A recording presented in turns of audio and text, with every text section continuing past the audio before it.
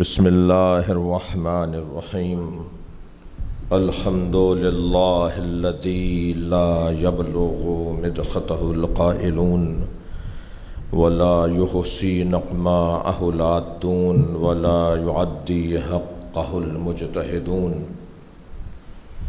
الذی لیس لصفتہ حد محدود ولا نعت موجود ولا وقت معدود ولا اجل ممدود فطر الخلائق بقدرته ونشر الرياح برحمته الصلاة والسلام على الرسول المسدد المصطفى العمجد المحمود الأحمد سیدنا و مولانا و مولا الکونین جد الحسن والحسین عانی ابا القاسم محمد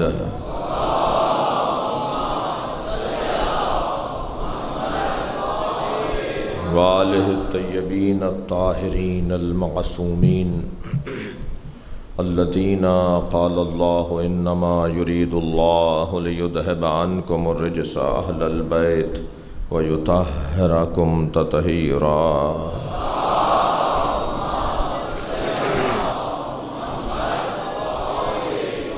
وَلَعْنَةُ اللَّهِ عَلَىٰ أَعْدَائِهِمْ أَجْمَعِينَ مِنْ يَوْمِ عَدَاوَتِهِمْ إِلَىٰ قِيَامِ يَوْمِ الدِّينِ أَمَّا بَعْدُ قَالَ الْحَكِيمُ فِي قُرْآنِ الْكَرِيمِ بسم اللَّهِ الرَّحْمَنِ الرَّحِيمِ وَجَعَلْنَاهُمْ أَئِمَّةً يَهْدُونَ بِأَمْرِنَا وَأَوْحَيْنَا إِلَيْهِمْ فِعْلَ الْخَيْرَاتِ وَإِقَامَ الصَّلَاةِ وَإِيتَاءَ الزَّكَاةِ وَكَانُوا لَنَا عَابِدِينَ صلوات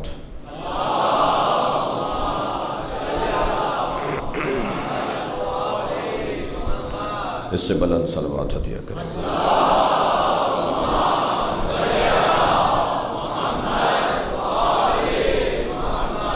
سورہ مبارکہ الانبیاء کی 73ویں آیت جو میں نے آپ کے سامنے پڑھی ہے، اللہ اپنے اس کلام میں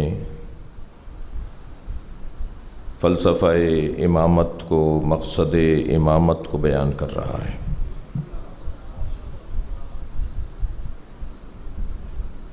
کیوں امام بناتا ہے، پھر کسے امام بناتا ہے، پھر جنہیں وہ امام بناتا ہے انہیں کن صفات سے متصف کرتا ہے۔ ہمارے بنیادی عقائد میں عقیدہ امامت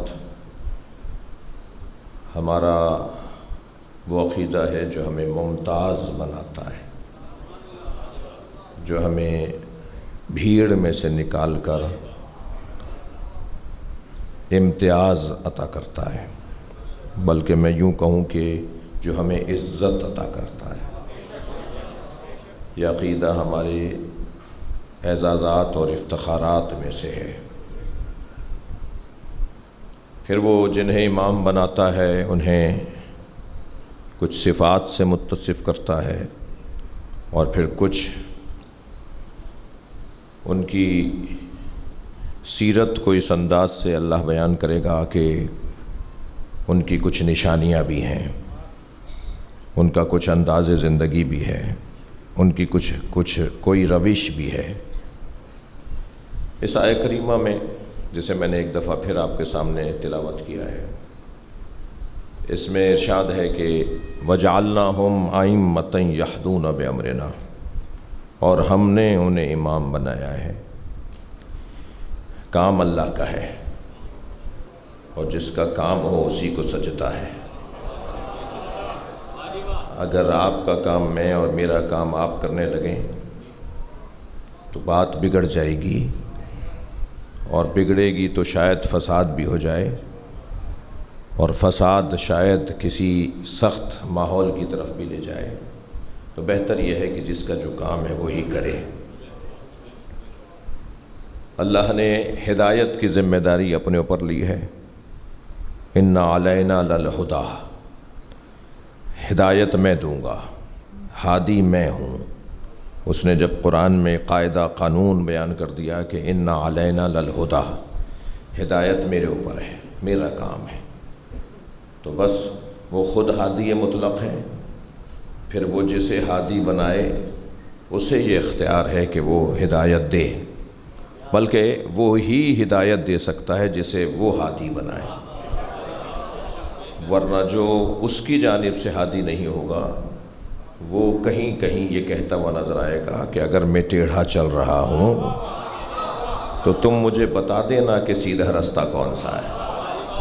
تو ہدایت دینے والا تو بہت ہی اللہ کی طرف سے کیونکہ سجا کر بھیجا جاتا ہے، تو اس کے ہاں کوئی بال برابر بھی حرف اور فرق نہیں ہے جی۔ وہ پڑھا کر بھیجے گا انہیں، وہ انہیں سجا کر بھیجے گا، وہ انہیں سنوار کر بھیجے گا۔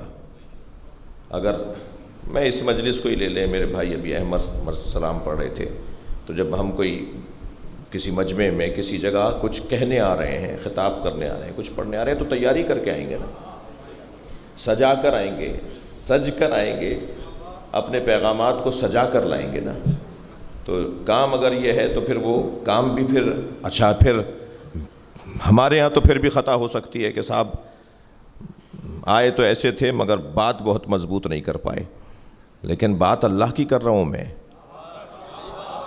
اللہ جو کام کرتا ہے اس کے تو ایک من اور واو پر شک کرنے والا مسلمان نہیں رہتا، اس کے کام اتنے مضبوط ہیں، اسی کے تو کام ہیں۔ ہم نے تو سوچ لیا ہے کہ ہم نے کچھ کر لیا، ہمارا گمان ہے کہ ہم نے کچھ کر لیا۔ میں لفظ ذرا سجا کر کہوں کہ میں ہوں، توجہ، میں ہوں، اس پر مجھے شک کرنا چاہیے، مگر حسین ہیں اس پر مجھے یقین رکھنا چاہیے، کیونکہ اللہ کی طرف سے بنا کر بھیجے گئے ہیں، کیونکہ اللہ کی طرف سے سجا کر بھیجے گئے ہیں۔ تو جب اللہ کام کرے گا تو سجا کر کرے گا، اللہ کا کام پھر اللہ کا کام ہے، اس کے کاموں میں کوئی رکھنا نہیں ڈال سکتا۔ لہٰذا نبی فرمائیں گے علمنی ربی ثم ارسلنی، اللہ نے مجھے پہلے علم دیا ہے پھر مجھے بھیجا ہے۔ یہ پہلے علم لیتے ہیں پھر دنیا میں آتے ہیں، یہ وہاں سے پڑھ کر دنیا میں آتے ہیں، یہ وہاں سے پڑھ کر دنیا میں آتے ہیں۔ اب ہمارے ہاں تو جیسے پیدا ہوئے ایسے ہی رہ گئے تو اسے امی کہتے ہیں۔ اب ہمارے لیے امی کا مطلب ان پڑھ ہوگا، نبی کے لیے امی کا مطلب یہ ہے کہ وہاں سے پڑھ کر آئیں۔ یہاں کسی نے نہیں پڑھایا، کوئی ہے ہی نہیں جو انہیں یہاں پڑھا سکے۔ ان کے پاس خود اتنا علم ہے کہ کسی کے پاس اتنا علم ہی نہیں ہے جو انہیں پڑھا سکے۔ جی کوئی اگر چاہے گا بھی انہیں پڑھانے کی کوشش کرے تو ان سے زیادہ علم ہونا چاہیے نا، تو اس کے پاس ان سے زیادہ علم ہی نہیں ہے تو انہیں کیا پڑھائے گا۔ میں تو نبی کی بات کر رہا ہوں، مولا علی نے دعویٰ کیا ہے من علمنی حرفا فقط سیرنی عبدا، جس نے مجھے ایک حرف پڑھایا اس نے مجھے اپنا غلام بنا لیا۔ علی اعلان کر رہے ہیں ایک حرف تو پڑھا کر دکھاؤ، میں غلام بننے کو تیار۔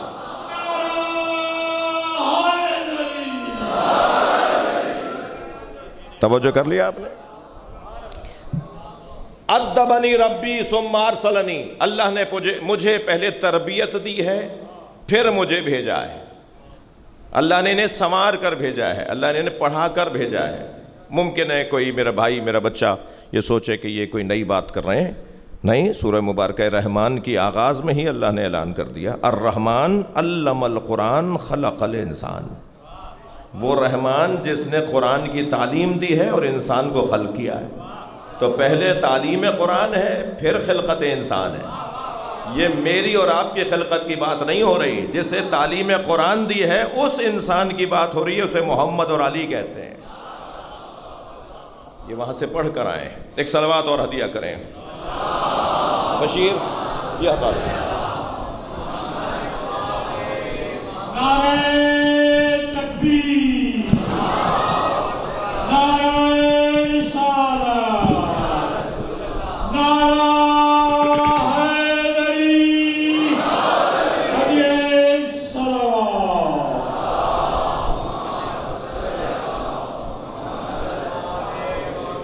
بھائی یہ جس کا مائک ہے آپ نے ایک دفعہ پڑھ لیا نا، یہ انہی سے لیجیے گا آئندہ بھی آپ مائک۔ میرا ہاتھ زخمی کر رہا ہے، میں اس کو ہٹواؤں نہیں تو کیا کروں۔ ایک صلوات اور نبی کی ذات پڑھ لیں۔ اللہم صلی علی محمد وآل محمد.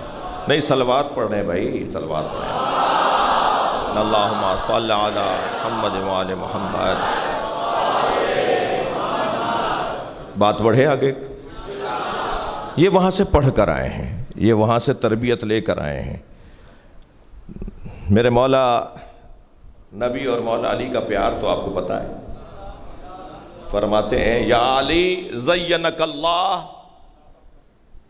فی الدنیا بالزہد فی الدنیا وحب المساکین. یا علی اللہ نے تمہیں دو چیزوں سے سجا کر بھیجا ہے. تھوڑا گردن ہلاؤ بھائی.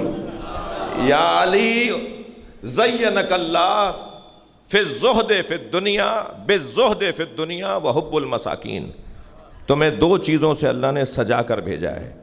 ایک تم دنیا میں زاہد ہو، دوسرے تم مسکینوں سے پیار کرتے ہو. تمہارا پیار ہے مسکینوں کے ساتھ، فقیروں کے ساتھ تمہارا پیار ہے. حضرت مالک اشتر مولا علی کے زمیندار صحابہ کرام میں سے تھے، حیثیت والے اور دنیا والے، یعنی جن کے پاس دنیا کا مال بہت تھا. مالک اشتر فرماتے ہیں علی کا مسکینوں سے پیار اتنا تھا کہ کبھی کبھی میں سوچتا تھا کاش میں بھی مسکین ہوتا.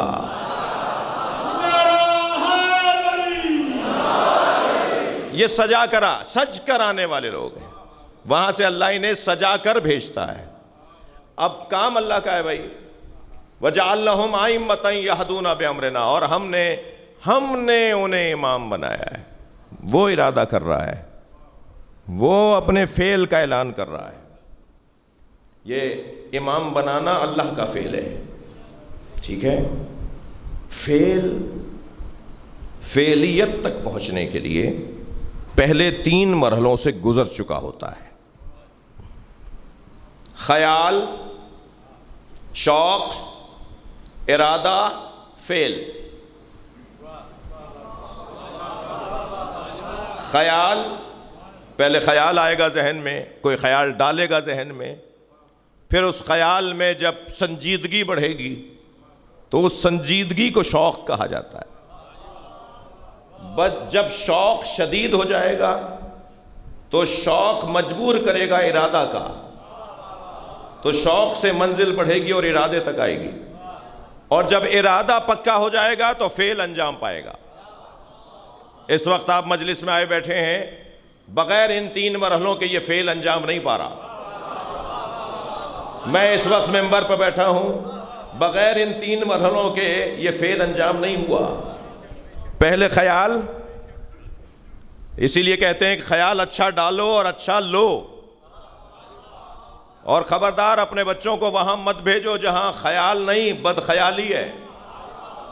جتنا ان کے ذہن میں بد خیالیاں آئیں گی، برے خیالات آئیں گے، یہ ہو سکتا ہے کہ اس میں سنجیدہ ہو جائیں اور وہ خیال انہیں شوق تک لے جائے. اور جب شوق شدید ہوگا تو پھر ارادے تک آ جائیں، اور ارادہ شدید ہو جائے گا تو خود بخود فعل انجام پائے گا. خیال پہلا مرحلہ ہے. ان مجلسوں کا ایک نتیجہ یہ ہے کہ یہ مجلسیں خیال ہی وہ دیتی ہیں کہ جس کے فعل کو جنت کہتے ہیں. بھائی توجہ چاہوں گا، ان مجلسوں کا ایک نتیجہ یہ ہے کہ یہ مجلسیں جو خیال دیتی ہیں، بتا دوں کیا خیال دیتی ہیں، بچوں کو بتا دوں، یہ مجلسیں جو خیال دیتی ہیں نا، اس خیال کو علی کہتے ہیں. اور جب اس خیال میں پختگی آ جاتی ہے تو شوق بڑھتا ہے، اور جب شوق بڑھتا ہے تو ارادہ بڑھتا ہے، اور جب ارادہ بڑھ جائے تو پھر مجلس کا نتیجہ نکلتا ہے.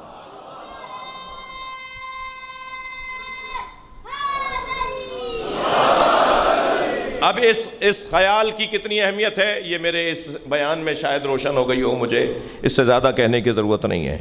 اچھے خیالات ذہن میں ڈالنا اور اچھے تصورات، جسے منطق کی زبان میں تصور کہتے ہیں. میں ممبر کی زبان کو ذرا ان بچوں کی خاطر ذرا آسان کیا ہے، ورنہ یہ اس جگہ پر منطق میں تصور کہتے ہیں. تصور پھر تصدیق کے مرحلے میں داخل ہوگا، اور تصدیق پھر ہمیں ارادے تک لے جائے گا، اور پھر ارادہ ہمیں فعل تک. توجہ ہے؟ تو خیال سے شوق، شوق سے ارادہ. توجہ، ہمارے ارادے میں اور ہمارے فعل میں ہمارے ارادے میں، ہمارے فعل میں امکان کا فاصلہ ہے. بھائی کہیں تو میں یہ بحث یہیں ختم کر دوں، اور اگر چاہ رہے ہیں تو تھوڑی توجہ بڑھائیں گے.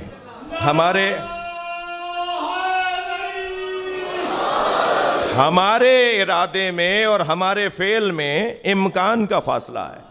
ہم نے ارادہ تو کر لیا کہ فلاں فعل انجام دیں، مگر وہ ممکن نہیں تھا. مثلا اس مجلس کی میں نے مثال دی ہے. ہم نے ارادہ کیا کہ مجلس میں چلیں، تو ارادہ ہے مجلس میں جانے کا. اس فعل تک پہنچنے میں سواری نہیں ملی. جن صاحب نے کہا تھا میں لینے آؤں گا، ساتھ چلیں گے، وہ نہیں آ سکے. مثلا رستے میں کوئی ٹیلی فون، کوئی رابطہ ہو گیا کہ جی فلاں جگہ جانا ضروری ہے، تو وہاں چلے گئے. کوئی اور 50 باتیں. تو ہمارے ارادے میں اور ہمارے فعل کے درمیان امکان کا فاصلہ ہے. میں قومیات کے لوگوں کو بھی مجلس میں دیکھ رہا ہوں. جو قومی خدمت گزار شخصیات ہیں وہ بھی مجلس میں تشریف فرما ہیں. جب کوئی قومی مسئلہ سامنے آتا ہے، ملکی مسئلہ کوئی سامنے آتا ہے، تو بڑے اچھے اچھے مشورے ہمیں دیے جا رہے ہوتے ہیں کہ ایسا کر لیجئے، ویسا کر لیجئے. تو ضروری نہیں ہے کہ جو مشورہ دیا جا رہا ہو وہ ممکن بھی ہو. توجہ چاہوں گا، وہ ضروری نہیں ہے کہ ممکن بھی ہو. ممکن ہونا اور ہے، ممکن ہونا اور ہے، اور ارادہ کرنا اور ہے. اب میری اور آپ کی تو کوئی حیثیت ہی نہیں ہے جب علی مولا یہ ہمیں رہنمائی کریں. عرفت ربی بفسخ العزائم، میں نے اپنے رب کو ارادوں کے ٹوٹنے سے پہچانا ہے. تو ہمارے ارادے کہاں رہے پھر؟ ہمارے ارادے میں اب کوئی ارادہ کر لے کہ صاحب میں تو بغیر کسی وسیلے کے آسمان پہ اڑوں گا. کرتے رہو ارادہ. یہ کیسے ممکن ہے؟ 85 چیزیں ایسی ہیں کہ جس میں ہم ارادہ کریں لیکن فعل تک نہیں پہنچے گا، کیونکہ ممکن نہیں ہے. ممکن نہیں ہے. اب ذرا سنیے، ہم نے ارادہ کیا تو ارادہ کرنے والے کو مرید کہتے ہیں. ارادہ کرنے والے کو مرید کہتے ہیں. اس فعل کو مراد کہتے ہیں. جس کا ارادہ کیا ہے اسے مراد کہتے ہیں. اس وقت مجلس ہماری مراد ہے. ہم نے اس مراد کے لیے ارادہ کیا ہے. اس مرید یعنی میں اور آپ اور اس مراد کے درمیان امکان کا فاصلہ ہے. اگر ممکن ہوا تو آ جائیں گے، ممکن ہوا تو کر لیں گے. تو مرید تو ہم بھی ہیں. اور صفات ثبوتیہ میں مدرسے میں دینیات سینٹر میں ہمیں بچپن میں پڑھایا گیا تھا کہ اللہ کی صفات ثبوتیہ میں ایک صفت ہے کہ اللہ مرید ہے.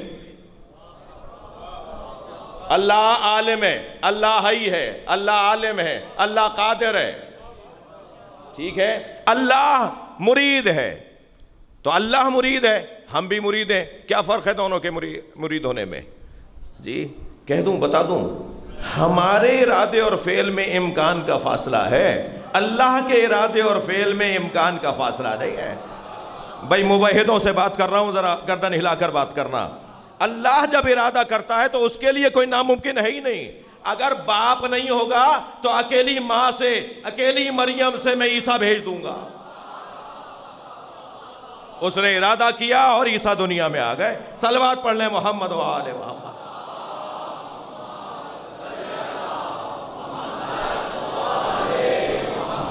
بڑی عنایت آپ کی توجہات میرے ساتھ ہیں. بات روشن ہے کہ اللہ کا ارادہ ہے کہ وہ امام بنائے، اور اس کا ارادہ اذا اراد شیئا ان یقول لہ کن فیکون. وہ جب کسی شے کے بارے میں ارادہ کرتا ہے تو کہتا ہے ہو جا، یعنی اس کا ارادہ ہو جا. یقول لہ ان یقول لہ، وہ کہتا ہے. اب ہم اس کا ترجمہ کہتے ہیں وہ کہتا ہے. تو کہنے کے لیے ہمارے ہاں تو زبان ہے. وہ بولتا ہے، زبان سے نہیں بولتا. وہ سنتا ہے، کان سے نہیں سنتا. وہ دیکھتا ہے، وہ آنکھ سے نہیں دیکھتا. اس کے دیکھنے کا انداز کچھ اور ہے. وہ کچھ اور انداز اپناتا ہے بولنے کے لیے. وہ اگر کسی کو اپنی زبان بنا دے، توجہ ہے، وہ کسی کو اپنی آنکھ بنا دے، وہ کسی کو اپنا کان بنا دے، وہ کسی کو اپنا ہاتھ بنا دے، تو پھر یہ کیسے ہیں مسلمان جو اس کے دیکھنے کو تو مانتے ہیں مگر اس کی آنکھوں کو نہیں مانتے، یہ اس کے بولنے کو تو مانتے ہیں مگر اس کی زبان، صلوات پڑھ لیں محمد و آل محمد۔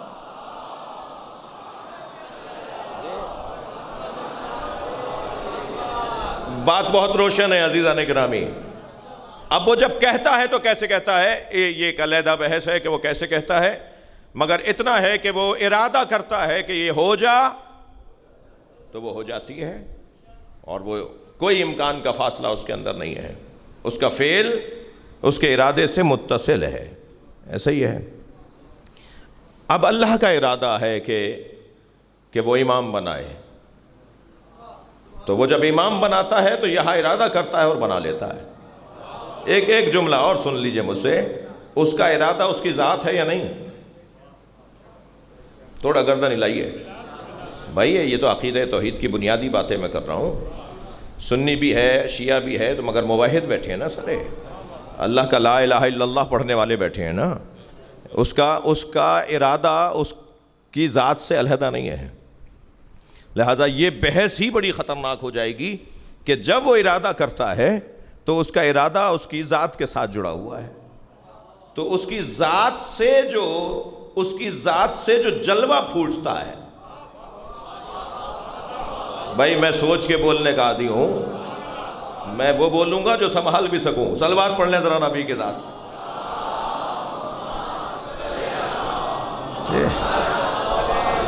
اس کی ذات سے جو جلوہ پھوٹتا ہے اس جلوے کو امامت کہتے ہیں۔ میری بحث کے اندر اس کے جلوے کو امامت کہتے ہیں، اس کی تجلی کو امامت کہتے ہیں۔ میں کون سی ایسی بات کر رہا ہوں جو کسی کے حلق سے نہ اترے؟ میرے معصوم امام جب آئمہ کے سلام کرتے ہوئے آئمہ کو یہ کہیں، المتجلی لخلقہ بخلقہ، وہ اللہ جو مخلوق پر مخلوق کے ذریعے تجلی کرتا ہے۔ بھائی سنگین بحث لے بیٹھا ہوں، ذرا توجہ بڑھائیے۔ وہ اللہ المتجلی لخلقہ بخلقہ، وہ اللہ جو مخلوق پر مخلوق کے ذریعے تجلی کرتا ہے۔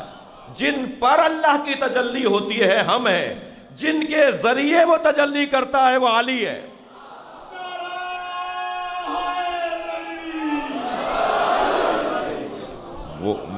وہ نبی کی ذات ہے، وہ مولا علی کی ذات ہے، وہ امام حسین کی ذات ہے، وہ امام حسن کی ذات ہے۔ اللہ ان کے ذریعے سے تجلی کرتا ہے۔ اللہ کے جلووں کو اہل بیت کہا جاتا ہے۔ تھک رہے ہیں آپ، میں کیا کروں؟ اللہ کی تجلی کو اہل بیت کہا جاتا ہے۔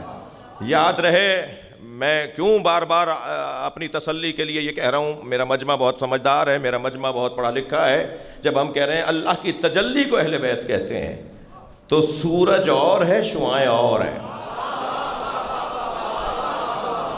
شعاعیں سورج نہیں ہے، سورج کی ذات نور ہے، اور نور سے جو نور صادر ہو رہا ہے وہ شعاعیں ہیں۔ یاد رہے کہ سورج اور ہے، شعاعیں اور ہیں۔ یہ سورج نہیں ہے مگر سورج سے جدا بھی نہیں ہے۔ صلوات پر محمد و آل محمد پر۔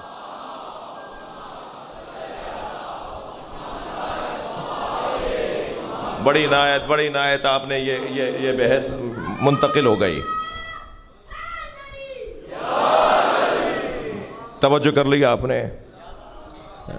میں شاید کچھ 6-7 سال پہلے اسلام آباد کے اس خمسے میں اس سے ملتی جلتی بحث کر چکا ہوں، بات کر چکا ہوں۔ جوانوں کی تعداد خاصی ہے۔ جوانی کی ایک کیفیت ہے، اور وہ کیفیت یہ ہے کہ یہ آئینے کو زیادہ دیکھتا ہے۔ جوان کی ایک صفت یہ ہے کہ وہ آئینہ زیادہ دیکھتا ہے، گھوم پھر کے وہیں آ کے کھڑا ہو جاتا ہے۔ پھر اماں کی آواز آتی ہے، ابھی تو دیکھ لیا تھا، ابھی تو بال بنا لیے تھے، پھر وہیں کھڑے ہو، ارے دیر ہو رہی ہے چلے جاؤ، اور یہ دو گھوم پھر کے پھر آئینے کے سامنے۔ تو یہ جو آئینے کے سامنے بار بار جا کے کھڑے ہو رہے ہیں نا، اس کیفیت کو کہتے ہیں حسن بینی۔ جوان حسن بینی چاہتا ہے، یعنی دیکھنا چاہتا ہے اپنے آپ کو. اور یہ اللہ کا کرم ہے کہ ہر بد سے بد صورت،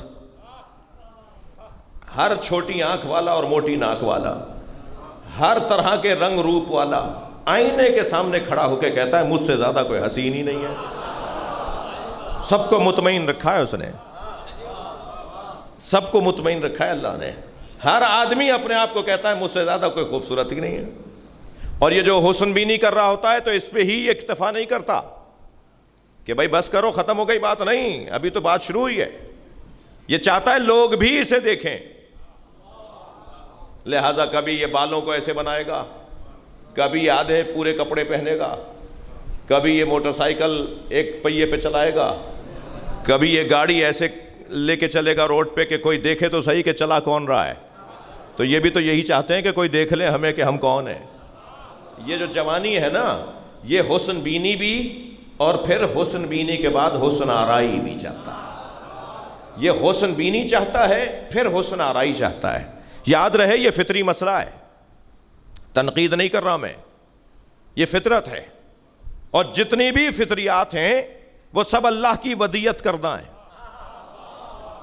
بھئی پیاس فطرت ہے یا نہیں؟ بھوک فطرت ہے یا نہیں؟ یا میری مثال کے اندر حسن بینی فطرت ہے یا نہیں؟ یہ فطرت ہے. تو پیاس فطرت ہے، بھوک فطرت ہے، اور کچھ چیزیں بھی ہیں.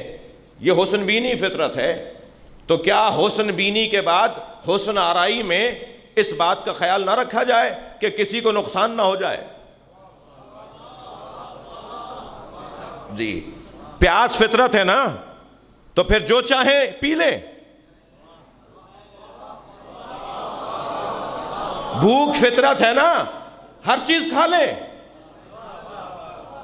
بھائی حسن آرائی فطرت ہے تو ہر جگہ چلے جائیں. میں جوانوں کی بات کر رہا ہوں، لڑکے لڑکی کی بات نہیں کر رہا، دونوں کی بات کر رہا ہوں. دونوں کی ایک جیسی عادت ہے. جی وہ زیادہ کھڑی ہونے کی عادی ہیں آئینے کے سامنے، بچیاں، لڑکیاں، جوان لڑکیاں، اور وہ چاہتی ہیں کہ انہیں لوگ دیکھیں بھی. تو لوگ دیکھیں گے تو کیا ہوگا؟ فساد نہیں ہوگا؟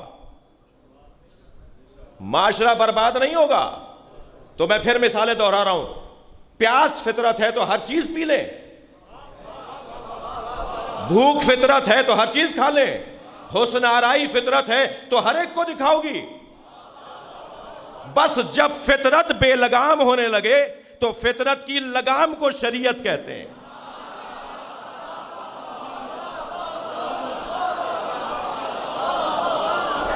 خبردار. نعرہ تکبیر، نعرہ رسالت، کل ایمان نعرہ حیدری، صلوات.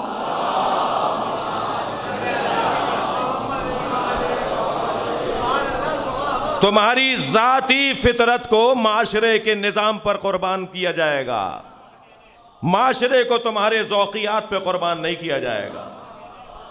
توجہ چاہوں گا، معاشرہ قربان نہیں ہوگا تمہارے شوق پر، معاشرہ برباد نہیں ہوگا تمہارے ذوق پر. مگر میری بحث تو کچھ اور تھی، یہ تو میں نے ضمناً کچھ کہہ دیا. بحث یہ تھی کہ حسین حسن بینی بھی چاہتا ہے، حسن آرائی بھی چاہتا ہے. تو میرا اور آپ کا کیا حسن ہے جو ایک چھینٹے سے چلا جائے؟ میرا اور آپ کا کیا حسن ہے جو ایک چھینٹے سے چلا جائے؟ میرا اور آپ کا کیا حسن ہے جو گمان ہے یقین نہیں ہے؟ میرا اور آپ کا کیا حسن ہے جو اسے تو اچھا لگتا ہے اور اسے اچھا نہیں لگتا؟ بھائی میرا اور آپ کا کیا حسن ہے جو کل نہیں تھا آج ہے کل نہیں رہے گا؟ تو ہم اس حسین پر غور نہ کریں جو خود بھی جمیل ہے اور جمال کو پسند بھی کرتا ہے. ان اللہ جمیل و یحب الجمال، اللہ خود بھی جمیل ہے اور جمال کو پسند بھی کرتا ہے. جب وہ جمیل ہے تو خود کو کہاں دیکھتا ہے؟ بھائی میں اور آپ تو اپنا حسن دیکھنے کے لیے آئینے کے سامنے جاتے ہیں. اللہ اپنا حسن دیکھتا ہے تو کسے دیکھتا ہے؟ اللہ نے اپنا حسن دیکھنے کے لیے 14 آئینے بنائے.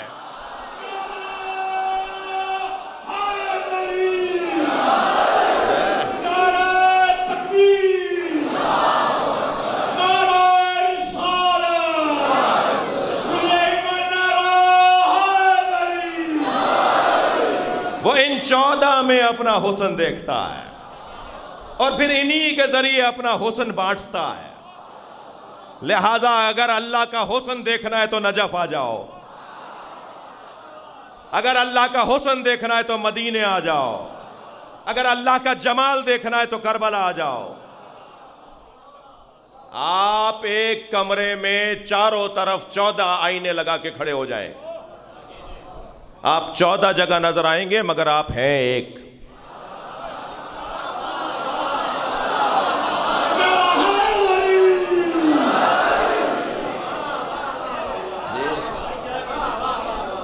وحدہ لا شریک ہونا محفوظ ہے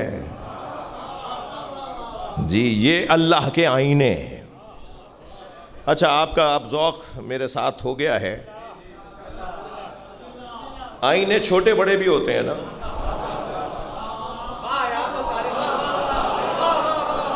آئینے چھوٹے بڑے بھی ہوتے ہیں مگر تصویر پوری دکھاتے ہیں.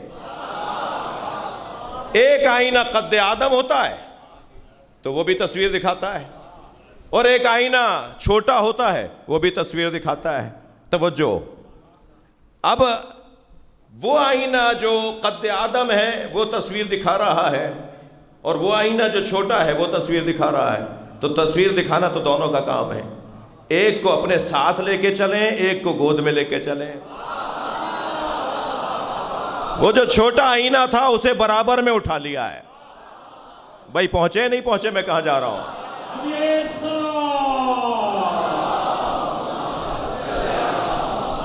مجلسی مجمع ہے, مجھے محنت کم کرنا پڑے.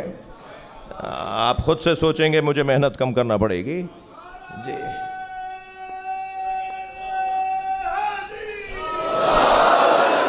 آپ کا ذوق میرے ساتھ ہے تو ایک جملہ اور سن لیجئے. آئینے کا کام یہ ہے کہ وہ حاضر کی تصویر دکھائے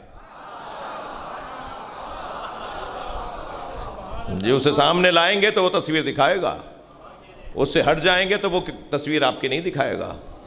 آئینے کا کام ہے حاضر کی تصویر دکھائے.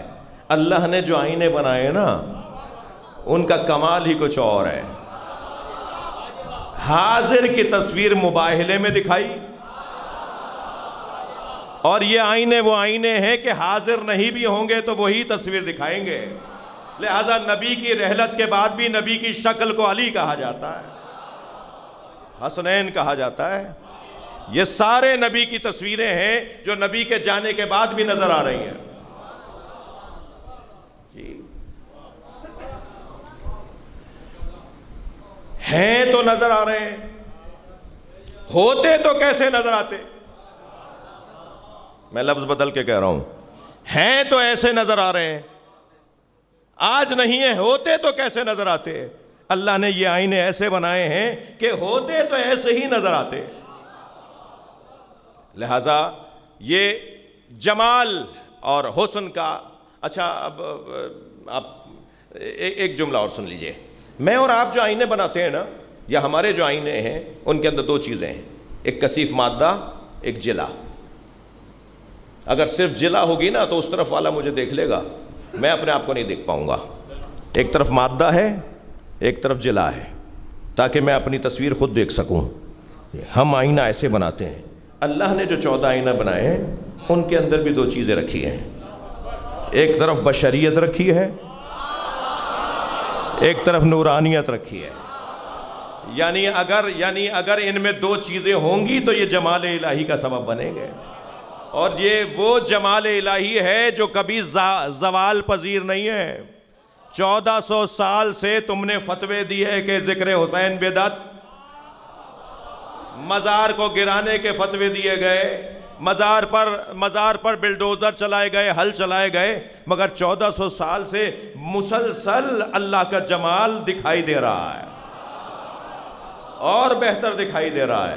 ایک جملہ اور سن لیجئے. اگر میری آنکھیں اچھی نہیں ہوں گی تو مجھے اپنا چہرہ بھی نظر نہیں آئے گا, تو مجھے اپنے جمال کو دیکھنے کے لیے بھی اپنے آنکھوں کا علاج کروانا ہے. اگر مجھے اللہ کا جمال دیکھنا ہے تو اپنے اندر کی معرفت بڑھانا پڑے گی, تاکہ حسین سمجھ میں آنے لگے, تاکہ اہل بیت ہمیں سمجھ میں آنے لگے. جو لوگ گئے ہیں کربلا وہ میری بات سے متفق ہیں. جو نہیں گئے ان کے لیے دعا کہوں کہ اللہ انہیں اس زمین پر لے جائے، جو گئے ہیں انہیں اللہ بار بار لے جائے۔ وہاں جانے کے بعد ایسا محسوس ہوتا ہے جیسے ہم زمین پر ہیں مگر معراج کی کیفیت۔ کاروان الحرمین کے جناب موسیٰ رضا صاحب بھی کراچی سے مجلس کرنے کے لیے آئے ہیں۔ یہ کربلا کی زمین ہی کچھ اور ہے، وہاں جانے کے بعد دل نہیں کرتا۔ نجف میں ایک خاص ٹھنڈک ہے اور کربلا میں ایک خاص جلال ہے، اور اس جلال کا صاحب عباس علمدار ہے۔ اس جلال کا صاحب، وہ صاحب جلالت، جلال حیدری کا حامل، وہ روب سروری کا حامل، وہ باب الحسین عباس۔ میرے محترم سننے والوں، مجھے اور آپ کو اس ذکر کے توسط سے جو اطمینان قلب حاصل ہے اس کا کوئی بدل نہیں ہے۔ لوگ اس اطمینان قلب کے لیے بڑا خرچہ کرتے ہیں، نہ جانے کہاں کہاں کے سفر کرتے ہیں، کیسے کیسے مشکل علاج کرواتے ہیں، اور ہمارا کچھ نہیں جاتا سوائے اس کے کہ اپنے گھر سے چلے اور فرش عزا پہ آ کے بیٹھ گئے۔ اور پھر اس مجلس میں جب ذکر مصائب امام حسین ہوتا ہے تو وہ سارے غم جو ہمارے ذہن پہ طاری ہوتے ہیں وہ ایک مرتبہ یہاں چھوڑ کر ہم چلے جاتے ہیں۔ لہٰذا دنیا میں خودکشی کرنے والوں کی تعداد ان میں کم ہے جو حسین پہ روتے ہیں۔ جو امام حسین کے عزادار ہیں وہ آپ کو خودکشی کرنے والے نہیں ملیں گے۔ میں عزاداروں کی بات کر رہا ہوں، سنی شیعہ کی بات نہیں کر رہا۔ وہ آپ کو کم ملیں گے، اس لیے کہ جب انہیں غم دنیا گھیرنے لگتا ہے تو وہ علم عباس پہ آ جاتے ہیں، علم پکڑ کے ایک نوحہ پڑھ لیتے ہیں۔ کوئی مجلس نہیں تھی آج پورے اسلام آباد میں مثلاً، تو کوئی بات نہیں، غم تو ابھی آیا ہے نا، تو میں 2 دن بعد فلاں جگہ مجلس کا اشتہار ہے، وہ انتظار کیوں کروں؟ میں فوراً علم حضرت عباس پر جا کر علم کو ہاتھ میں لے کر سکینہ کے چچا کا نوحہ پڑھ لیتا ہوں اور میرا غم ہلکا ہو جاتا ہے۔ مجھے کسی انتہائی قدم اٹھانے کی ضرورت ہی نہیں ہے۔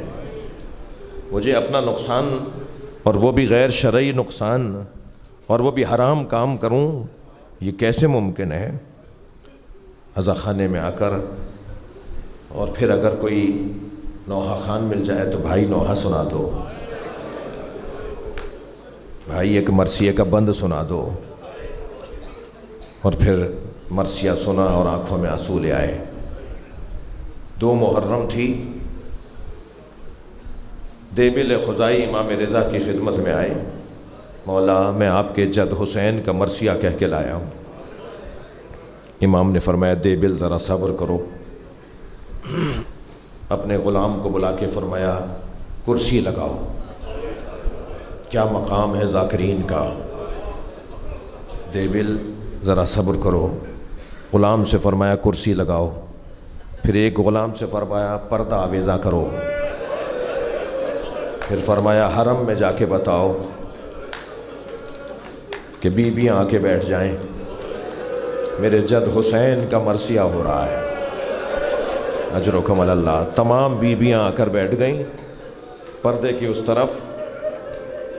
ایک صاحب مجھ سے کہنے لگے آپ کے ہاں خواتین کیوں آتی ہیں مجلسوں میں اور جلوسوں میں؟ ہمارے ائمہ نے تربیت دی ہے، پردے کا خیال ہو، حجاب کا خیال ہو۔ جیسے حج پر آپ جاتے ہیں وہاں حجاب پورا ہوتا ہے، حیا اور حجاب محفوظ رہے، پھر اللہ کے ذکر میں بھی ہم مکے جاتے ہیں، ایسے ہی ذکر حسین میں بھی آئیے، رستے علیحدہ ہوں، حجاب کا خیال ہو، تو یہ حکم امام ہے۔ بیویوں سے کہو کہ آ کے بیٹھ جائیں۔ بی بی آ کے بیٹھ گئیں. پھر امام نے اشارہ کیا دیبل اب مرثیہ سناؤ. دیبل کرسی پر گئے اور مرثیہ پڑھنا شروع کیا. یا فاتی قومی یبنت الخیر فندبی، اے بہترین مخلوق کی بیٹی، اے خیر کے خلق الہی محمد مصطفیٰ کی دختر، اے فاطمہ زہرا، جنت البقیع کو چھوڑ کے کربلا آ جاؤ. اے سیدہ کربلا آ جاؤ. کربلا میں آسمان سے چاند اتر رہا ہے. کربلا میں آسمان سے چاند کے ٹکڑے اتر رہے ہیں. کربلا میں آسمان سے ستارے اتر رہے ہیں. اے سیدہ کربلا آ جائیے. 2 محرم ہے، دیبل مرثیہ پڑھ رہے ہیں. اے سیدہ جنت البقیع چھوڑ کے کربلا آ جائیے. کربلا میں ایک جانب آپ کا پوتا علی اکبر ایڑیاں رگڑ رہا ہے. اے سیدہ کربلا میں آپ کے قاسم پہ گھوڑے دوڑائے جا رہے ہیں. اے سیدہ کربلا میں آپ کے اونو محمد کو گھوڑوں سے گرایا جا رہا ہے. پھر یہ کہتے کہتے فرماتے ہیں اے فاطمہ کربلا میں عباس کے بازو کاٹے جا رہا ہے. یہاں تک پڑھنے کے بعد ایک لمحے کا توقف کیا اور کہا اے سیدہ جب کربلا میں ہر جگہ رو لیں تو پھر نشیب کربلا میں آ جائیں، وہاں آپ کا حسین گھوڑے سے گرایا جا رہا ہے. یہ کہہ کر دیبل نے گریہ کیا، امام رضا نے گریہ کیا. امام کے آنسو اتنے بہ رہے تھے کہ آپ کے ریش مبارک بھی تر ہو گیا تھا. امام نے مرثیہ مکمل پایا. دیبل خاموش ہو کے اترنے لگے تو امام نے فرمایا دیبل رکو، اس میں 2 مصرے اور بڑھا دو. اور 2 مصرے یہ بڑھاؤ کہ اے فاطمہ، اے بی بی، جب کربلا میں اپنے بچوں کو رو چکے تو پھر خراسان میں اپنے غریب بیٹے کی قبر پہ آ جائے. دیبل خدائی نے کہا مولا مجھے نہیں پتا بی بی کے کون سے بچے کی قبر خراسان میں ہے. امام رضا تو سامنے بیٹھے ہیں نا. دیبل نے کہا مولا مجھے نہیں پتا بی بی کے کون سے بچے کی قبر خراسان میں ہے. امام نے فرمایا دیبل میری ماں زہرا کو بلاؤ، مجھ غریب کو خراسان میں مارا جائے گا، مجھے غربت میں مارا جائے گا، میرے جنازے میں میرے گھر کا کوئی فرد نہیں ہوگا، مجھے غربت میں دفنا دیا جائے گا. جناب دیبل خزائی نے امام رضا کی شہادت پر مرثیے میں بند اضافہ کر دیا. اور جیسے ہی یہ مصرے پڑھے نا تو کنیز پردہ ہٹا کے باہر آئی اور آواز دے کر کہنے لگی دیبل خاموش ہو جاؤ، معصومہ قوم بے ہوش ہو گئی ہیں. میں ہاتھ جوڑ کر بی بی معصومہ سے کہوں گا بی بی ابھی تو خبر شہادت ہے جو آپ سے برداشت نہیں ہوا. سلام ہو زینب کبریٰ پر جو 70 قدم کے فاصلے سے بھائی پہ چلتا خنجر دیکھتی رہے. اجرکم اللہ. حق ہے بلند آواز سے گریا. جب آپ ایسے روتے ہیں نا ائمہ اہل بیت دعا دیتے ہیں. میرے مولا رضا فرماتے ہیں جب میرے جد حسین کا ذکر ہوا کرے تو ایسے رویا کرو جیسے جوان کی میت پہ ماں روتی ہے. جوان بیٹے کی میت پر ماں رو. اجرکم اللہ. عزادارو علی کی بیٹی فریادیں کرتی رہی مگر جناب زینب کی کسی نے بات نہیں سنی اور مرحلہ یہاں تک آیا کہ حسین کے گلے پہ خنجر چل گیا. سخت منزل ہے جس کو بیان کرنے کی کوشش کروں گا. جب میرے مولا نے گھوڑے کی پشت کو خالی کر دیا، ذوالجناح سے اتر کر زمین پر آ گئے، میں نے بھی جملہ کہا زین تو چھوڑ دیا تھا حسین نے مگر زمین تک آنے میں بہت دیر لگی ہے. تیروں پر معلق بدن رہا زہرا کے بچے کا. میرے مولا گھوڑے کی پشت سے زمین پر آئے. ادھر پسر سعد نے آواز دی خبردار خبردار اب کوئی گھوڑے کو تیر نہ مارے، اب کوئی ذوالجناح کو تیر نہ مارے، اس لیے کہ میں اسے اپنے پاس تبرک کے طور پہ رکھنا چاہتا ہوں. میں نے بچپن میں دیکھا ہے نبی اس پہ بیٹھتے تھے. کوئی ذوالجناح کو تیر نہ مارے، میں نے اپنے بچپن میں دیکھا ہے نبی اس پر سواری کیا کرتے تھے. میں اسے تبرک کے طور پہ اپنے پاس رکھوں گا. رونا تو اسی کا ہے. تمہیں نبی کی سواری یاد رہی مگر نبی کا سوار یاد نہیں رہا. تم نے اسے مار دیا، اسے گرا دیا گھوڑے سے جو نبی کی پشت پہ بیٹھتا تھا، مگر نبی جس گھوڑے کی پشت پہ بیٹھتے تھے اب اسے تیر نہیں مارو گے، اس لیے کہ اسے تبرک کے طور پہ رکھنا ہے. سپاہی آگے بڑھے ذوالجناح کو پکڑنے کے لیے. عزادارو اس نے ایک دو سپاہیوں کو جو آتے ہوئے دیکھا تو انہیں زخمی کیا، کسی کو قریب نہیں آنے دیا. 80 سپاہیوں کو اس نے زخمی کیا. کسی کے قابو میں نہیں آ رہا تھا۔ ادھر امام حسین کے گرد قاتلوں کا حلقہ تنگ ہو رہا تھا، ادھر پسر سعد چاہ رہا تھا کہ گھوڑے کو کوئی پکڑ کر لے آئے، لیکن جب اس نے سپاہیوں کو زخمی کیا تو پھر پسر سعد کی آواز گئی، کوئی قریب نہ جائے، اسے چھوڑ دو، دیکھو کرتا کیا ہے۔ جب سپاہی پیچھے ہٹے نا تو ذوالجناح نے دائیں بائیں دیکھنا شروع کیا، اسے اندازہ ہوا کہ وہاں سے دور ہو گیا ہے جہاں حسین کو اتارا تھا۔ ہاں، یہ دوڑا اسی طرف جہاں امام کو اتارا تھا، مگر رونے والوں اسے آنے میں دیر ہو گئی تھی۔ امام کی رگیں کاٹی جا چکی تھی، امام کا گلا آپ کے سر کو آپ کے تن سے علیحدہ کیا جاتا، لاشیں بکھرے ہوئے تھے، یہ بکھرے ہوئے لاشوں کے درمیان جا کے لاشوں کو سونگھتا تھا، اور ایک ایک لاشے کو سونگھتا تھا، پھر آگے بڑھ جاتا تھا۔ ایسا لگ رہا تھا جیسے اپنا پھول تلاش کر رہا ہو، ایسا لگ رہا تھا جیسے اپنا پھول تلاش کر رہا ہو۔ اسی لاشے پہ رکا جو امام حسین کا لاشا تھا، امام کی رگوں سے خون نکل رہا تھا۔ اس نے اپنی پیشانی کو امام کے خون سے رنگین کیا، اور پھر زمین کربلا پہ ایسے پیر مارنے لگا جیسے ماتم کر رہا ہو، ایسے گلے سے آواز نکالنے لگا جیسے نوحہ پڑھ رہا ہو۔ آپ نے بہت سنا ہے کہ بیٹیوں کو باپ سے پیار ہوتا ہے، باپ بھی بیٹیوں سے بڑا پیار کرتے ہیں۔ میں نے کربلا کے میدان میں دیکھا، ذوالجناح جب خیموں کے درمیان گیا تو ڈھونڈ رہا تھا کہ سکینہ کہاں۔ اجرکم اللہ، اجرکم اللہ۔ اپنی آوازوں کو آزاد کریں گے، 2 منزلیں اور لوں گا، تکلف کر کے نہ روئیں۔ یہ اسی خیمے پر گیا جس خیمے میں سکینہ تھی، اور جب اس نے پیر مارے تو بی بی کو اندازہ ہوا کہ بابا آ گئے، لیکن جب باہر آئیں تو کیا دیکھا کہ بابا نہیں آئے، خالی گھوڑا آیا ہے۔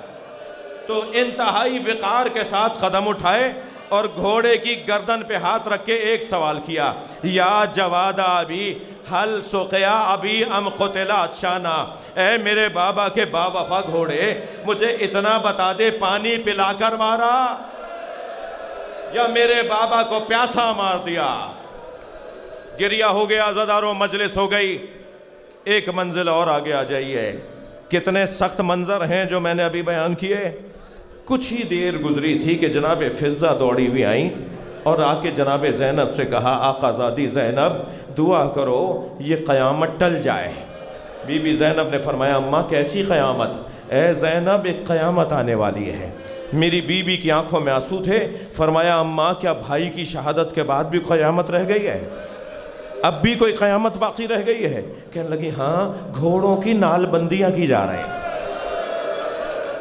فرمایا، ہاں گھوڑوں کی نال بندیاں کی جا رہی ہیں۔ جناب زینب نے فرمایا، اماں اس کا کیا مطلب ہے؟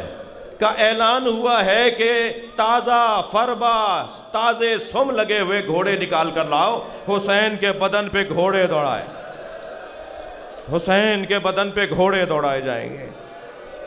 اب 10 نانجیبوں نے اپنے گھوڑے تیار کیے، تازہ نالے لگے ہوئے گھوڑے تیار ہوئے، اور اب مشرق سے گھوڑے دوڑنا شروع ہوئے، مگر وسط میدان میں گھوڑے روک دیے گئے۔ پوچھا، اماں خیریت ہے؟ فرمایا، حبیب کا لاشا اٹھا رہے ہیں۔ یزیدی سپاہیوں میں کچھ سپاہیوں نے کہا کہ ہم نے حبیب کا نمک کھایا ہے، ہم اپنی آنکھوں کے سامنے اس پہ گھوڑا دوڑتے نہیں دیکھیں گے جس نے ہم پر احسان کیا ہو۔